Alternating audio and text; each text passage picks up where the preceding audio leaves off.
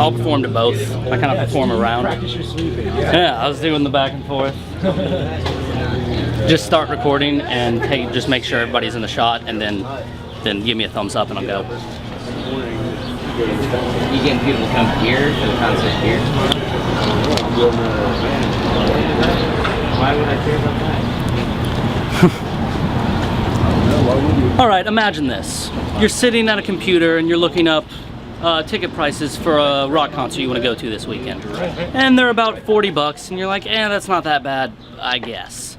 But then you're getting to checkout, and all of a sudden you notice a Ticketmaster fee that you didn't see before. And all of a sudden you stop and you think, I'm gonna have to pay for gas to get to the show. I'm gonna have to pay for parking once I'm there. I'm definitely gonna wanna buy some drinks, and I know they're expensive there. And I'm gonna want a t-shirt to remember it all by. And all of a sudden this fun little venture turns into this really expensive outing. And then you sit in your chair and you're wondering, there's gotta be a better way. And there is. Local music. Now, on average, local shows are a lot cheaper. They're usually only about 5 to 10 bucks at the door, sometimes even free. Whereas you're looking at your average large rock concert as like $46.40. And that's a 4.2 increase this year from last year alone, and that's not a fluke. That's a trend. They're gonna keep getting more expensive, and the same thing happens with merchandise. Now, another point is that like on these larger rock concerts, you usually only get about 2 to 3 bands, whereas the standard for smaller concerts has been 4 to 5. This gives you not only more music for less money, but it gives you a more musically diverse show. And speaking of musical diversity, generally, when you have a larger band that's been going at it for a minute, they get a lot of their parts tailored down a little bit to reach a broader audience. You don't get that with the grassroots nature of a lot of local bands. They're still very true to what they're doing, and they haven't had anybody stop or tell them what to do. They haven't had their stuff chopped, mixed, and hashed all over the place. It's still the pure, unadulterated music that they're trying to give to you. Now, hold on. In addition, like, if you like your music being a little bit weirder, as it is, you show your support, and local venues listen. They book more weirder and kind of out there bands, and bands that just are music you don't hear a lot. And if your support continues, not only do you get more bands, you may even get a new music venue to pop up that shows off a genre that is previously just unknown by everyone in your town. Now you're maybe sitting there thinking like, yeah, local music seems pretty fun, but like, how does it help me? How does it like help my town? Well, local music helps support the economy. And I can explain that pretty easily. At your typical big name concert, the only money that really stays in town is at the large concert halls. And those are almost always owned by a super huge company located elsewhere outside the town.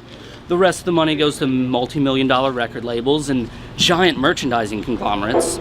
And really just none of it really stays around. Everything else at the events is brought to you by giant companies just trying to get your money at overpriced things, right down to the drinks you buy. Local shows, however, are quite the contrary. Whether the show is at a local venue or at a house show, you can bet your bottom dollar that every single cent either stays in town or stays on the grassroots level. Minnesota did an impact study in 2007 about how local art helps impact their economy. And they found that in 2007, local art and music helped support the economy by putting $295 million back into it. In 2011, Cleveland did a similar study, and they found that they got $840 million put back into their economy.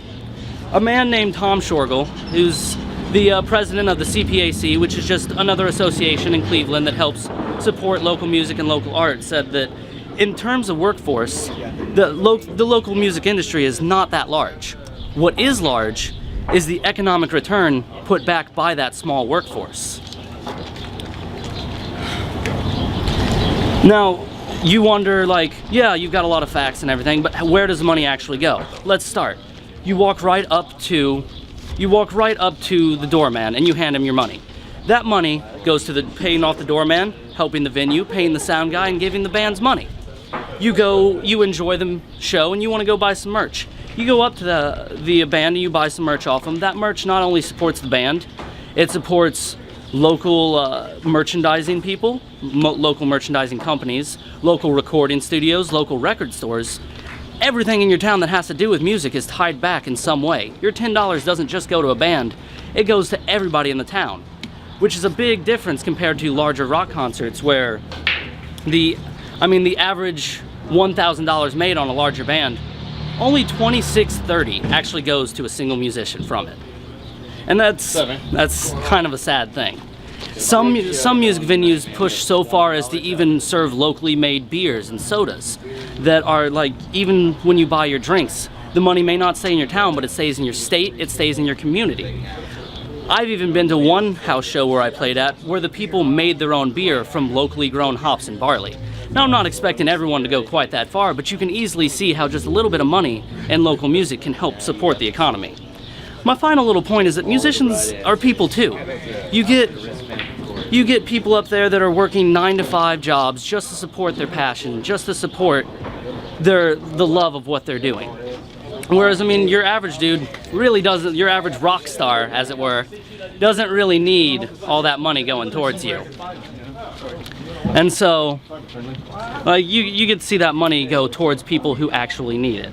And I mean, you can sit and talk to the musicians before and after the show. That's something in a larger rock concert, you have to shell out tons of money for VIP tickets to meet them for 2 minutes before they go back to their trailer and off to the next town. So it makes it a lot more personal and a little bit more intimate. Instead of being a half mile away, you're 5 feet away from the musicians that you're trying to see. So in conclusion, local music is cheaper, it helps, it's more intimate, it helps the local economy. So what I'm trying to say is support local music. It supports you. Thank you. Awesome, man. Cool.